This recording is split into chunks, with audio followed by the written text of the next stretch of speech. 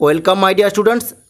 আজ আমি ক্লাস 6 রায় ও মার্টিন প্রশ্নবিচিত্রা 2025 সালের তৃতীয় পর্যায়ক্রমিক মূল্যায়নের ভূগোলের 314 নম্বর পেজের 5 নম্বর স্কুলের প্রশ্নগুলি সলভ করব। চলো তাহলে শুরু করি।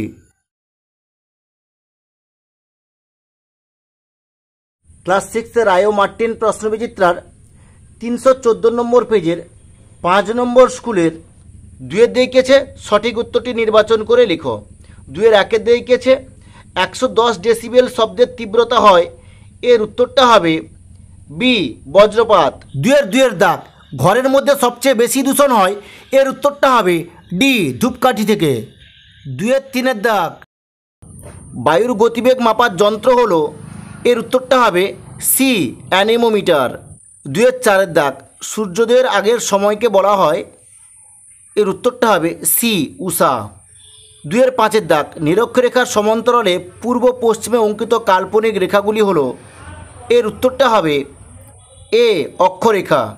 2 6 দাগ মানচিত্রের দূরত্ব 5 সেন্টিমিটার ইকুয়াল টু বাস্তব দূরত্ব 25 কিলোমিটার হলে স্কেল হবে, এর উত্তরটা হবে এ 1 সেন্টিমিটার ইকুয়াল টু 5 কিলোমিটার।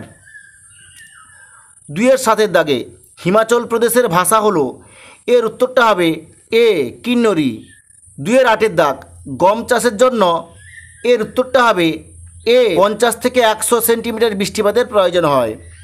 2 9 দাগ মাজুলি দ্বীপটি, এর উত্তরটা হবে ডি ব্রহ্মপুত্র নদের মধ্যে অবস্থিত। 2 10 দাগ হিমালয়ের সমান্তরাল পর্বতশ্রেণী নয়, এর উত্তরটা হবে বি সহ্যাদ্রি। 2 11 দাগ একটি বিষাক্ত গ্যাস হলো, এর উত্তরটা হবে ডি কার্বন মনোক্সাইড। 2 12 দাগ ভারতবর্ষের জলবায়ু, এর উত্তরটা হবে বি উষ্ণ ও আর্দ্র প্রকৃতির।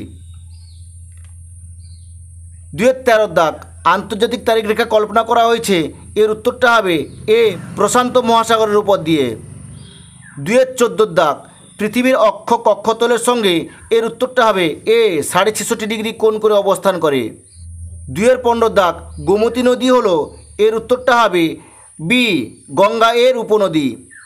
2 16 দাগ ভৌগোলিক বৈশিষ্ট্য মানচিত্রের রেখা দিয়ে নির্দিষ্ট হয় না, এর উত্তরটা হবে সি বনভূমি। 2 17 দাগ পানীয় ফসলের উদাহরণ হলো, এর উত্তরটা হবে বি কফি। 2 18 দাগ শিবালিক হিমালয়ের পাদদেশে ঘন অরণ্যাবৃত অঞ্চল হলো, এর উত্তরটা হবে এ তরাই। এরপরে দেখো 3 দাগ শূন্যস্থান পূরণ করো। 3 1 দাগ ড্যাশ যন্ত্রের সাহায্যে শব্দের তীব্রতা মাপা হয়, এর উত্তরটা হবে ডেসিবেল মিটার যন্ত্রের সাহায্যে শব্দের তীব্রতা মাপা হয়। 3 2 দাগ ড্যাশ তারিখটি প্রজাতন্ত্র দিবস হিসেবে পালিত হয়, এর উত্তরটা হবে 26শে জানুয়ারি তারিখটি প্রজাতন্ত্র দিবস হিসেবে পালিত হয়। 3 3 দাগ মালাবার উপকূলে ড্যাশগুলিকে কয়াল বলে, এর উত্তরটা হবে উপহ্রদগুলিকে কয়াল বলে। 3 4 দাগ তাপ্তি নদীর উৎস হলো, এর উত্তরটা হবে সাতপুরা পর্বত। 3 5 দাগ প্রতি বছর ড্যাশ এপ্রিলে ধরিত্রী দিবস পালন করা হয়, এর উত্তরটা হবে 22শে এপ্রিল ধরিত্রী দিবস পালন করা হয়। এরপর দেখো 4 দাগে নিচের প্রশ্নগুলির উত্তর লিখো। 4 1 দাগ পৃথিবীর উত্তর মেরু থেকে দক্ষিণ মেরু পর্যন্ত অর্ধেক বৃত্তরেখাগুলিকে কি বলে, এর উত্তরটা হবে দ্রাঘিমা রেখা বলে। 4 2 দাগ পৃথিবীর আবর্তনের ফলে আমরা ছিটকে যাচ্ছি না কেন, এই প্রশ্নের উত্তরটি তোমাদের পাঠ্য বইয়ের 26 নম্বর পেজে, তোমরা এখান থেকে লিখবে এর জন্য দায়ী পৃথিবীর অভিকর্ষ। পৃথিবী সব কিছুকেই নিজের কেন্দ্রের দিকে টেনে ধরে রেখেছে, এতদূর পর্যন্ত লিখে নেবে।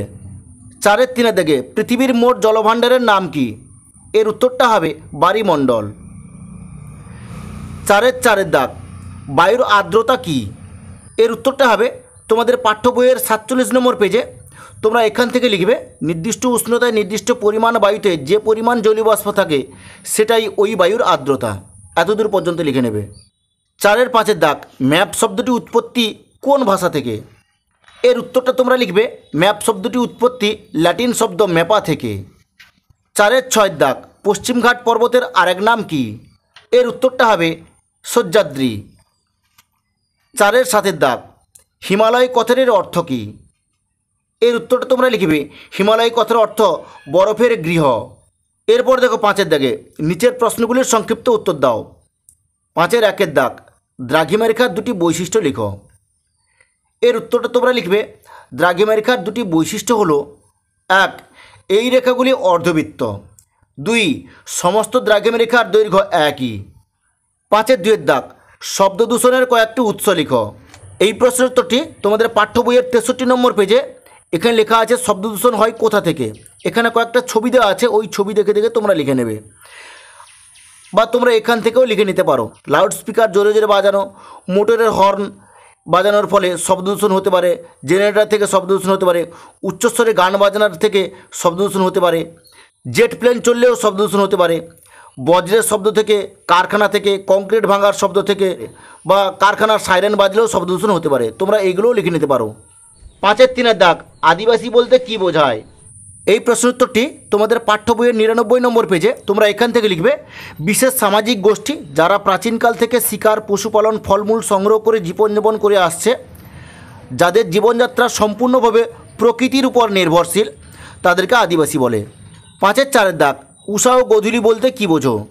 এই প্রশ্নের উত্তরটি তোমাদের পাঠ্য বইয়ের 26 নম্বর পেজে তোমরা এখান থেকে লিখবে সূর্যোদয়ের আগের সময় হলো উষা, আর সূর্যাস্তের পর সন্ধ্যের আগের সময় হলো গোধূলি। 5-এর 5-এর দাগ বিশ্ব উষ্ণায়ন কাকে বলে। এই প্রশ্নের উত্তরটি তোমাদের পাঠ্য বইয়ের 59 নম্বর পেজে এখানে লেখা আছে, দেখো গ্রিন হাউস পৃথিবী। তোমরা এখান থেকে এতদূর পর্যন্ত লিখে নেবে। এরপর দেখো 6-এর দাগে নিচের প্রশ্নগুলির সংক্ষিপ্ত ব্যাখ্যামূলক উত্তর দাও। 6-এর 1-এর দাগ টিকা লিখো সূর্যের দৈনিক আপাতগতি। এই প্রশ্নের উত্তরটি তোমাদের পাঠ্য বইয়ের 24 নম্বর পেজে দেখো, তোমরা এখান থেকে এতদূর পর্যন্ত লিখে নেবে। 6-এর 2-এর দাগ বায়ু দূষণ কমাতে আমরা কি কি করতে পারি। এই প্রশ্নের উত্তরটি তোমাদের পাঠ্য বইয়ের 58 নম্বর পেজে দেখো, এখানে লেখা আছে বায়ু দূষণ প্রতিকারের উপায়। এখানে অনেকগুলো পয়েন্ট দেওয়া আছে, এই সমস্ত পয়েন্টগুলো তোমরা লিখে নেবে। 6-এর 3-এর দাগ আবহাওয়া ও জলবায়ুর পার্থক্য লিখো।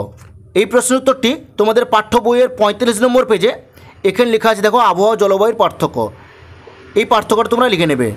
6-এর 4-এর দাগ ক্রান্তীয় মৌসুমি জলবায়ুর বৈশিষ্ট্যগুলি লেখো।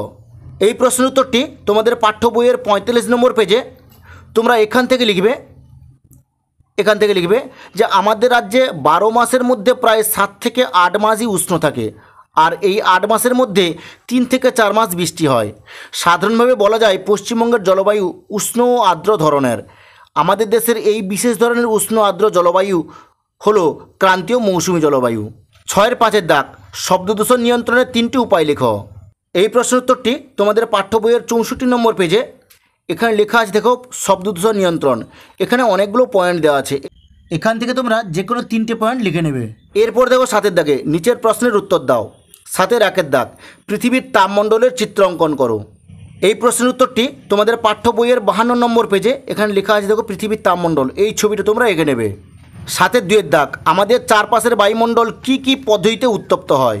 এই প্রশ্নের উত্তরটি তোমরা লিখবে এরকম, আমি যেরকম লাল কালিতে দাগ মেরে দিয়েছি সেরকম তোমরা লিখবে আমাদের চারপাশের বায়ুমণ্ডল 3টি পদ্ধতিতে উত্তপ্ত হয়।